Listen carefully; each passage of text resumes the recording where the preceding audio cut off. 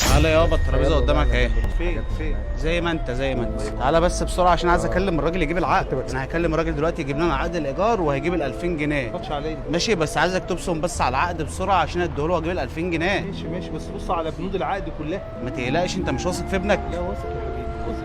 ماشي.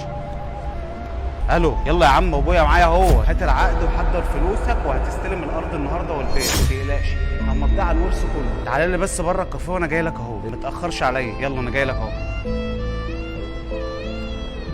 يلا يا بابا العقد جه اهو. الراجل قال لي هستلم العقد واديك ال 2000 جنيه على طول بتوع ايجار اول شهر. مدة قد ايه؟ مده 6 شهور. هو طالب يعني. المهم يكون كويس ابن حلال. كويس طبعا. امال ايه؟ بس امضي بس بسرعه. فين صبعك؟ السلام عليكم. وعليكم السلام. ازيك يا حاج؟ عامل ايه؟ انا زي ابنك يا حاج. امضي بس يابا يلا انت بسرعه. بتبيع؟ استنى يا باشا بس بعد اذنك. بتبيع حاجتك يا حاج؟ لا ده انا مأجر شقة عندي في الدور التاني. لا مش عادي. نأجر شقه. شقة ايه اللي بتأجر؟ نأجر شقه في الدور طب بس الثالث عندنا. استنى بس في ايه حضرتك عايزه ايه؟ ايه يا ماما؟ يا حاج ثانية واحدة بس، ده عقد بيع. أنا سامعك وأنت بتتكلم في التليفون، تقول للواحد هات مليون جنيه وهيجي، وبتقول له همضي بابا دلوقتي. باباك ده إزاي يعني؟ باباكوا بتعمل يا كده باشا إزاي؟ ده احنا بنأجر شقه عندنا في الدور الثالث وهو بس عقد بيمضي بيع. عليها. ده بيع ده هو بيع. حضرتك احنا ما بنعرفش نقرا. ايه يا ابني الكلام اللي هم بيقولوه ده؟ انت بتصدقهم يابا؟ ده ابن حبيبي، ده انا مربيه. بيع حاجتك كلها، هي مش كان هيبصمك عليها. لا حول ولا قوة الا بالله. حول العلي الله. العظيم. ابنك ده فعلا؟ ايوه ابني والله. لا ده بيبيعك حاجتك، وفي واحد بره معاه فلوس هيديله العقد دوت وهيستلم الفلوس. ما انا هاخد انت ليه منه تعمل ال 2000 جنيه اللي هم بتوع الايجار. انت بتفضيني على ايه يا ابني؟ بمديك على عقد الشقه بتاع الايجار والله. لا بيحلف كذب والله، والله عقد بيع. يا جماعة ايه اللي انتوا بتقولوه هي ده؟ الحاجه دي مش بتاعتك؟ مش ورثك بعد كده؟ ايوه ورث. طب بتبيعها دلوقتي ليه؟ هو عايز من وراه. طبعا ده ايجار شقه بس. لا مش ايجار شقه، ده بيع. يا بابا ده عقد ايجار الشقه يا بابا، ما تصدقهمش. بطل كده،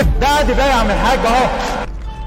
يلا وريني بقى تعمل ايه؟ انت ليه عملت كده؟ عشان انت كده ايه ادب؟ حرام عليك. ليه يا ابني عملت كده يا ابني؟ حرام عليك، ده احنا اللي غرب ما نستحملش نشوفه كده. انا مش عارف ايه اللي دخلكوا ده يا اصلا. حاج شوف ابوك ماله. يكشي يموت بقى عشان نكتب. يا اخي حرام عليك يا زلمه، والله ما هطول حاج. بص على وشه بص على وشه ميه. لا حول ولا قوه الا بالله. اهدى. يا الله ونعم الوكيل. ايه؟ ليه يعمل فيا كده؟ هو انا عشان كفيف ومش بشوف عايز يموت.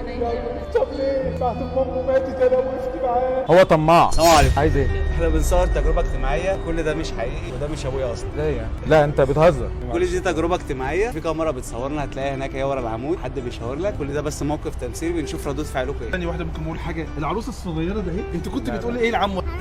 تجربه اجتماعيه، موقف تمثيلي بنعمله قدام اي حد نشوف ردة فعله، وانتوا اتصرفتوا بالتصرف الصحيح. مش هنرضى بحاجه زي كده اكيد طبعا يعني، واي حد هيشوف حاجه زي كده مش انت اللي خلاك هيرضى. تتدخل. انت سمعتني في التليفون جنبك انا كده، سمعت صح؟ التليفون، انا سمعتك في الاول بتقول لي لوالدك هجيب عقد الايجار وكده، وانا قعدت ادعي لك يعني، اقول ربنا يبارك له ساند والده وقعده. بعدين اتفاجئت مليون جنيه بره ووالدك كفيف وهتبصمه. الموضوع يعني صعب، حاجه ولا في الافلام يعني. انا والله شفت والدي فيه وشفت نفسي مع اولادي فيه، واستحاله حد يعمل حاجه ولا يرضى بحاجه زي كده اصلا. انا مش عارف اقول لكم والله، انتوا ابطال الحلقه بتاعت النهارده. الكاميرا هناك اهيت، عايزكم تشاوروا وقولوا لنا بقى نذيع الفيديو ده. اه طبعا دي، وكل سنه وانتم طيبين. الكاميرا